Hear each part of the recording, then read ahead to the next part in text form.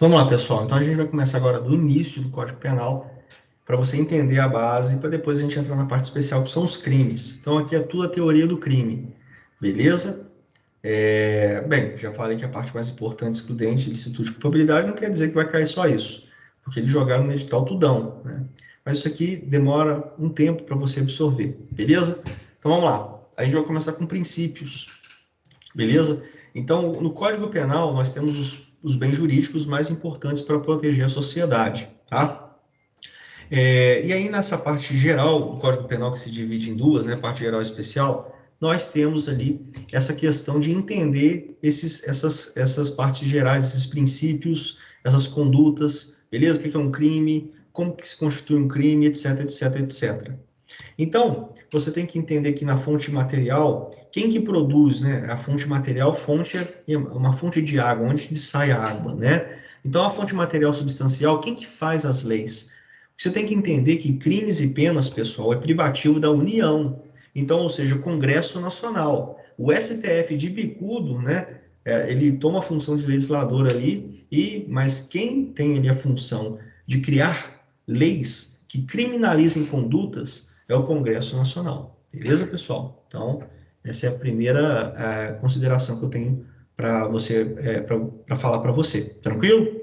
E através da fonte material, o Congresso Nacional ele faz essa comutação, ele cria essas leis e ele cria ali de fato a fonte formal. O que é a fonte formal? É o conhecimento. Como que eu sei que algo é crime? Porque eu estou lendo o Código Penal, estou estudando o Código Penal, eu estou estudando as leis especiais, a lei de autoridade, de tortura, estatuto de desarmamento, todas essas leis aí, beleza, pessoal? Que nós temos penas de reclusão, penas de detenção.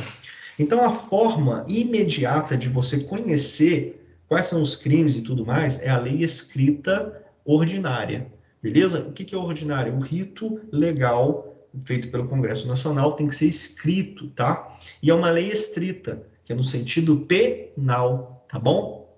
Então, nós temos a esfera penal, civil, administrativa, é na esfera penal, tá, pessoal? Ah, presidente da República, uma medida provisória? Não. Tá bom, STF? Não. Isso é privativo da União, do Poder Legislativo. A lei imediata, crimes e penas, mas nós temos um complemento da lei. Por exemplo, lei de drogas, estatuto de desarmamento, você não sabe quais são as armas de uso restrito e proibido, tá? Você não sabe na lei de drogas quais são as drogas ilícitas. É por isso que nós temos a questão mediata ou indireta. O direito administrativo, por exemplo, lá na lei de drogas, nós temos a portaria da Anvisa 344, que fala quais são as drogas ilícitas. Está complementando a lei escrita penal. Beleza, pessoal? Então, no direito, ele pede o complemento, o auxílio do direito administrativo e dos princípios de analogias e tudo mais. Tá? Você vai entender comigo aqui agora. Então, vamos lá. Princípios. Gente, os princípios, eles ali vão dar um norte para você entender como que é a aplicação da lei penal. Por exemplo, não pode ter ali uma pena se não tem crime, se não está escrito, né? Então, o princípio da legalidade, não há crime sem lei anterior que o defina. Beleza? Ah, ó, por exemplo, homicídio não é crime ainda, por exemplo. Se eu mato alguém hoje, tá suave, tá favorável. Não tem nada criminalizando isso, tá? Agora, a partir de amanhã, entrou ali em vigor, com eficácia, uma lei que matar alguém é crime. Depois que ela entra em eficácia e eu mato alguém, opa, agora nós temos uma lei falando que aquela conduta é crime, opa, ela é anterior à minha ação. É anterior à ação. Agora pode dar ruim para mim. Beleza? Então, se cair na sua prova, não há crime sem lei anterior que defina, você já sabe. Reserva legal, somente a lei escrita pode definir crimes e penas. Então, uma reserva que se dá para o Congresso Nacional. É a reserva legal. Ninguém pode fazer isso. Senão vira um zaralho. Tranquilo, pessoal? Presidente da República, Poder Judiciário, não pode. Tranquilo? O Poder Judiciário ele aplica o que já está previsto, o que foi aprovado pela Câmara Baixa, Congresso Nacional, os deputados federais, 513, e depois vai para votação na Câmara Alta, que é o Senado, com 81 senadores. Ele aplica, tá? E não cria, beleza? Anterioridade penal, a gente já estudou isso no artigo 5º. Se surge uma lei que vai agravar, então não vou falar muito disso aqui, porque já tem lá no artigo 5º, né, de constitucional. Na Constituição Federal, né? Nós temos uma lei beleza? E nós temos um crime, e depois vem uma lei piorando esse crime, aumentando a pena desse crime. Isso aí não retroage para prejudicar quem já foi condenado, não. É daqui para frente, beleza? Então, ex nunc, o efeito daqui para trás, nunca mais, daqui para frente. Então, homicídio 6 a 20, vem uma nova lei, aumentando para 30 a 40 anos. Não vai prejudicar quem já está condenado, beleza? Vai prejudicar, vai alcançar daqui para frente da vigência dessa lei, tudo bem? Agora, se é uma lei que reduz, por exemplo, e vai beneficiar quem já está preso, redução do homicídio era de 6 a 20, agora é de 3 a 5. Aí tudo bem.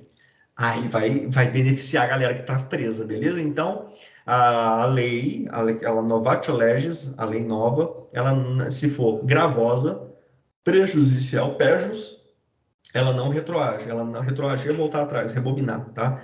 Agora, se ela for mais benéfica, aí tudo bem, beleza? Princípio das limitações das penas, não, a gente vê isso no artigo 5º também, por isso que eu não vou chover muito. Tudo que está aqui no mapa de amarelo, tá, pessoal? Tudo que está aqui no mapa de amarelo é porque tem lá na Constituição Federal. Não pode pena de morte, salvo guerra declarada, perpétuo, forçados, banimento e trabalhos cruéis. Tá tudo lá, eu explico melhorzinho, mas o próprio nome já fala, né? Pode pena de morte? Pode prisão perpétua? Trabalho forçado? Ô, gente, né? Personalidade, pessoalidade ou intranscendência da pena. Se foi uma pena para você, uma prisão, por exemplo, não vai ser seu filho que vai cumprir para você quando você morrer. Muitos acham que sim, mas a pena de multa não passa para o filho. Isso é esfera penal, gente. Esfera penal é para a pessoa, né? Agora, muitos confundem indenização. Indenização não tem nada a ver com esfera penal, é esfera civil. Aí, se o cara ele passa uma herança para o filho dele, tem uma indenização para ser paga e desconta daquela herança, beleza? Agora, a pena de multa, restritivo de direitos, o privativo de liberdade, é para o caboclinho que realizou ali, de fato, aquele crime, aquele delito. Individualização da pena, parece que é a mesma coisa da personalidade da pena, não. A individualização da pena é na terceira fase. A pessoalidade da pena é na segunda fase. Aqui, o juiz ele vai punir o Joãozinho. Por exemplo, 10 cabeças realizaram furto. Vai ser a mesma infração penal de furto, 155 para todo mundo, mas cada um na medida da sua culpabilidade. Beleza? Então, para um teve mais participação, vai ser uma pena maior, porque o furto pode ser de 1 a 4 anos. Para outros vai ser 1 ano, 4, outro 3, outro 2, entendeu? A pena é individual, não passa para os seus descendentes. A individualização da pena é na terceira fase do cumprimento da pena numa unidade prisional. Lá para qual cela ele vai, qual o tipo de trabalho é mais adequado, isso tudo a CTC vai fazer um estudo daquele preso, daquele indivíduo. Né? Ele pode trabalhar, ele pode ir para uma cela mais adequada, ele pode ir para o banho de sol, ele pode ter visita. Então, individualização do cumprimento da pena. Proporcionalidade, não se impõe pena mais grave do que é admitida. Né? Se tem de 1 a 4 anos para o furto, o juiz não pode dar 40 anos para ele. Beleza, pessoal? Nebenzinen, bis você lembra de dois, tá? Porque não dá para comer só um. Lembra a propaganda do bis? Bis é de duplo, não pode ter dupla punição pelo mesmo fato. Ele cometeu furto, aí ele vai pegar 4 anos, aí depois o juiz vai e dá mais 4 anos para ele. É que é isso? Não. Não pode uma dupla punição. Beleza, pessoal? Culpabilidade é responsabilidade subjetiva a quem deu causa. Né? A gente acabou de estudar os excludentes de culpabilidade, né? Então, quem foi ali o caboclinho que fez? Né? Ele tem ali as faculdades plenas, ele estava embriagado, drogado, ele é doente mental. Opa, vamos ver se ele tem a culpa mesmo, se ele entende o que ele estava fazendo, né? Se ele tem juízo de responsabilidade, se ele tem consciência do que ele estava fazendo é algo deplorável, né? Algo depravado.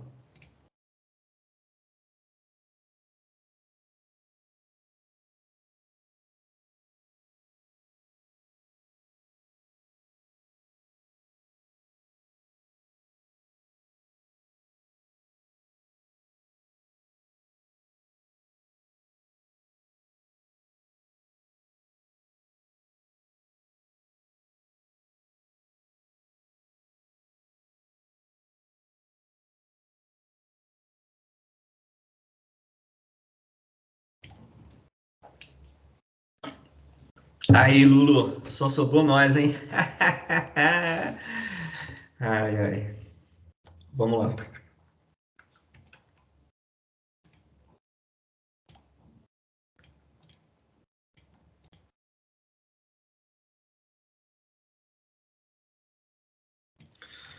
Vamos lá então. Beleza? Presunção de inocência. Inocente até o trânsito e julgamento de sentença condenatória. Lembrando que prisões provisórias e temporárias não ofendem a presunção de inocência. Você não pode chamar ninguém de criminoso até que o juiz bata o matéria e condene ele. Mas, Robson, eu vi ele matando com meus próprios olhos, eu filmei. Não importa. Ele é suspeito, é isso mesmo, tá? É aberração jurídica. Ele é suspeito. Ah, mas foi em flagrante de delito. Suspeito de homicídio. Somente pode se falar que alguém é criminoso depois da condenação. Se você faz isso antes, dá até um crime contra a honra, tá? Ofensividade, nulo crime, sino inúria. Se não ofende, para que é crime? Cuspir a rua. Isso ofende? Não, não ofende. Então, só teremos ali crimes que são ali de fato ofensivos. Princípio da materialização do fato. Você não pode punir um indivíduo pelos seus pensamentos. É o princípio da perversão também. Ele pode pensar a merda que ele quiser. Nossa, eu quero matar 60 pessoas hoje. Aqui no ônibus, aqui dentro do ônibus, tem pelo menos 30. Já vai metade. Pode pensar isso? Cara, poder não pode, mas na questão penal pode, tá? O momento que ele exterioriza isso, aí ele executa, opa, aí já dá ruim. Pelo menos a tentativa, né? Alteridade ou lesividade só vai se punir se causar lesão alheia. Cuspir a rua dá lesão em alguém? Não dá. Vai se punir, por exemplo, autolesão? O suicida, caso ele sobreviva, ele não é punido. O cara que queima o próprio carro, não vai dar nada para ele. A não ser que ele queira acionar o seguro, aí é estelionato, né? Mas se ele queima a Ferrari dele, por exemplo, não aciona o seguro, é um bem dele, ele que se dane, a casa dele e tudo mais, né? Desde que não cause perigo a terceira, né? Questão de incêndio, né? Mas, enfim, não se pune ali autolesão, tá? O máximo que se pune em relação ao suicídio é quem está instigando ou incitando. É o máximo, máximo, tá? Então, essa questão da alteridade e lesividade. Tranquilo? Confiança, eu já falo isso sobre no Estatuto do Desarmamento, que para algumas pessoas, no artigo 6º, que exercem cargos públicos, como policial, o Estado dá confiança e ali dá o direito do porte de arma de fogo, né? Então, o Estado, aqui na parte do Código Penal, ele entende que todos irão seguir as regras, todo cidadão de bem irá seguir as regras, todo cidadão, na verdade, né? Adequação social, estou passando bem rápido, né? Para a gente não ficar, porque senão a gente pode ficar 5 horas só em princípios, né? Adequação social. E aí você vai fazendo os exercícios, você vai ver que é basicamente essa que é a essência, tá? Não foge disso, não. Adequação social. Retira a tipicidade material, mesmo tendo a formal. Aí eu tenho que dar uma pausa aqui. Você vai ter que ir lá na frente, no áudio de tipicidade material e tipicidade formal. Beleza? E aí você vai ver qual que é a diferença de um, qual que é a diferença do outro e tudo mais. Tá? Mas vamos lá. O que é formal? Gente, a formal é formalizar, é escrever ali, ó, matar alguém. E a tipicidade material é de fato o cara ir lá e matar alguém, entendeu? Então o que acontece? O caso do adultério. O adultério ele era crime, só que ele passou, mesmo que o cara fosse um criminoso, punido com pena de detenção, tá, gente?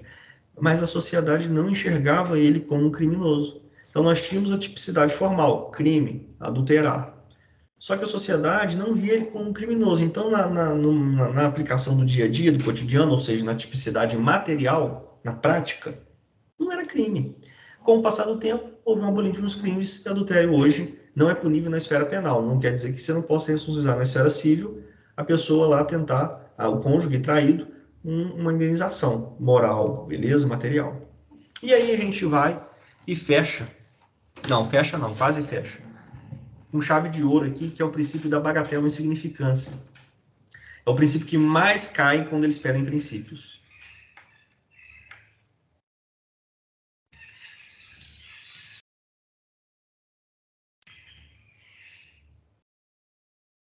Vamos lá. Decorebazinha, né? O princípio da bagatela insignificância, ele retira qual tipicidade? A tipicidade formal ou a material, Robson? Tipicidade material.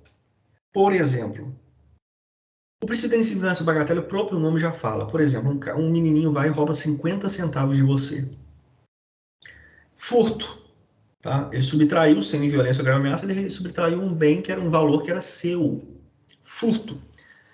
Colocar um menininho aí de 18 anos, tá, gente? Para responder pelo Código Penal, né? Senão menor, aí ECA.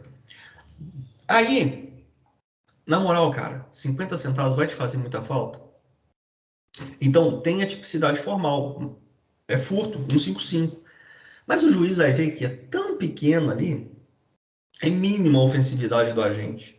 Tem ausência de perigo, tá? Não teve violência grave ameaça. Só pegou ali, né? Você deixou cair, ele foi e pegou. Reduzido o grau de reprovabilidade do comportamento. Inexpressividade da lesão jurídica, que é muito pouco, 50 centavos. Pode ser dado, então, que retira a tipicidade material. A tipicidade material, na prática, entendeu? Então, a insignificância ou bagatela é isso. O negócio que ele fez ele é tão bobo. E aí as bancas gostam de falar que retira a tipicidade formal. Gente, continua sendo escrito que é furto, é crime. Mas nesse caso em concreto, aí retira a tipicidade material, que é a prática. Né? De fato, ele vai punir ou não vai? E aí você tem que gravar esse mnemônico MARI. Mínima ofensividade do agente, nenhuma ou ausência de periculosidade social, reduzido o grau de reprobabilidade de comportamento e inexpressividade da lesão jurídica. Se ele jogar qualquer um desses termos na prova, você pode ter certeza que ele quer qual princípio? Da insignificância, que também tem sinônimo de bagatela. Beleza? Agora, fica só com esses aqui, tá? Olha, alguns crimes, mesmo que sejam bobinhos, bobinhos, bobinhos, ainda será punido. Alguns crimes não se aplica o princípio da insignificância. Para nossa prova, crime feito por servidor público. Ah, mas ele foi só uma canetinha, só um papel. Em tese, em teoria, não aplica insignificância em crimes feitos por servidor público contra a administração pública. Tá? O STJ entende que não pode aplicar. Já o STF já aplicou. Tá? Mas a regra aqui majoritária é não, não pode. Furto em unidade prisional. Né? Então, ali, a visita. Né? Ela vai e subtrai ali uma prancheta, uma algema. Né? Então, furto em unidade prisional. Não é o guarda, porque se for o guarda, em razão do guarda, o policial penal é peculato, tá, gente? É outra coisa. É um furto para servidor público, é o peculato. Tá bom, pessoal? Maria da Penha, vai cair na nossa prova? Vai. Pode aplicar princípio da insignificância? Não. Tá? Não pode. Crimes que tenham violência ou grave ameaça? Não pode. Isso aqui é muito legal, valor sentimental. O menininho lá foi lá e roubou os 50 centavos seu, só que era uma pratinha de edição limitada. E aí você comprova que tinha um valor sentimental. Então, olha que doideira. Aí afasta a bagatela. Aí ele vai dar ruim para ele. Pegou a vibe? Pegou? Boca seca é foda. Agora a gente já está terminando essa parte de princípios, né? Princípio da atividade legal, não considero tão importante, que é o tempo de publicação da lei, né? Então, por exemplo, nós tínhamos recentemente a lei, uma antiga lei de abuso de autoridade, acho que é 4898, se não me engano. E aí nós temos foi criada uma nova lei de abuso de autoridade.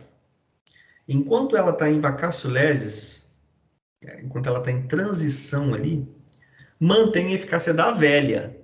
Acho que foi 120 dias o período de transição, né, dessa velha para a nova. Enquanto estiver nesse período de transição, a que foi sancionada, ela fica sem efeito, até que termine esse tempo. Esse tempo, gente, é para fazer os ajustes nela. Então, aí vai vir o STF, vai ali, torna, esse artigo aqui é inconstitucional, o presidente pode vetar, e não sei mais, aí o Congresso derruba o veto, e não sei mais o que. Então, esse período de 120 dias é para fazer essas manobras aí jurídicas. Beleza? Agora, esse princípio aqui é muito top. Princípio da consunção e princípio da alternatividade. Isso muito se confunde, né? Gente, consunção é o seguinte, o cara faz dois crimes, só que um crime é mais grave e o outro é um crime menos grave. O crime mais grave, ele absorve o crime menos grave. A gente fala, quando o cara realiza vários crimes assim, no mesmo contexto fático, são crimes progressivos. Por exemplo, o cara ali, para fazer um homicídio, ele pega uma arma ilegal, porte de arma ilegal. Porte de arma ilegal de uma arma de uso permitido é de 3 a 6 anos de reclusão. O homicídio, 6 a 20 anos de reclusão. E aí, pune ele pelos dois, pune ele por um. O homicídio, como é mais grave, absorve, beleza? O porte de arma ilegal. se a arma nunca foi usada antes ou depois para outro fim, tem esse detalhe, né? Mas só para te ensinar, isso é status de armamento e tudo mais, né? Então, porque se ela foi usada para outro fim, que não seja um homicídio, aí vamos ter concurso de crime, você responde pelos dois. Mas em tese, né, só para explicar a construção, é isso. Por exemplo, se eu pego um papel falso, você falsifica um papel público, por exemplo, e usa esse papel para enganar os outros, né, para adquirir uma vantagem econômica indevida e causar prejuízo à lei. Estelionato, 171. Você responde por falsificação em 171, e aí? Esse papel ele pode ser usado para outros fins? Não, é só para o estelionato. Então, consulção, o crime mais grave, que é o estelionato, absorve a falsificação. Beleza? Agora, o princípio da alternatividade. Você vê que porte de arma está numa lei especial, homicídio está no Código Penal, são coisas diferentes. E o da alternatividade é um conflito dentro da própria norma. Dentro da própria norma. Beleza? Então, está no mesmo contexto fático, responde por um único crime. Por exemplo, nós temos o furto normal e o furto com destreza. É quando o cara lê ele de uma maneira tão rápida que o outro nem percebe. E aí, eu vou aplicar o furto simples ou o furto com destreza? Né? O furto com destreza é uma qualificadora. É uma qualificadora. Eu aplico o furto simples ou o furto dentro do artigo 155. Nós temos os parágrafos aí que vem falando as qualificadoras. E aí, eu aplico o quê? O furto ou o furto com destreza? Então, é um conflito, né, o da alternatividade, é um conflito dentro da própria norma. O da consunção, o mais grave absorve o menos grave, é uma embolação que tem ali, mas são crimes diferentes. Aqui é dentro da mesma questão ali do furto, da questão do furto, da própria norma, entendeu? Essa é a diferença aí do princípio da consunção para a alternatividade. Beleza, pessoal? Tá, então, o princípio da continuidade sucede no tempo de acordo com a evolução humana, ou seja, o que é hoje crime, amanhã pode não ser. Pode também pegar de gancho a questão do adultério, que antes era crime e hoje não é. Beleza? Então, basicamente, como é que funcionam as questões, né, de princípios?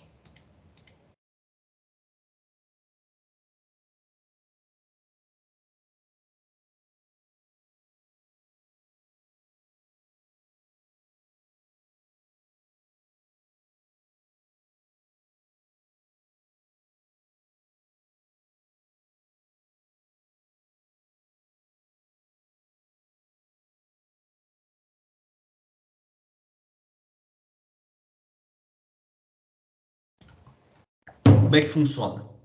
Ele dá uma historinha lá e pede para você marcar qual que é. Né? Então ele fala assim, ó, não há crime sem lei anterior que defina. Isso é o princípio que da adequação social, da presunção de inocência, da anterioridade penal, da legalidade, você vai marcar. Beleza, pessoal? A questão ali, quando nós nos falamos que uma conduta ela tem uma mínima ofensividade ou uma ausência de periculosidade, qual princípio nós estamos nos referindo? Bagatela, adequação social, proporcionalidade, consunção, beleza, pessoal? Então, basicamente, são mais questões assim, teóricas, e ele pede para você marcar o princípio correto. Então, isso aqui é muito áudio, áudio, áudio, áudio, beleza?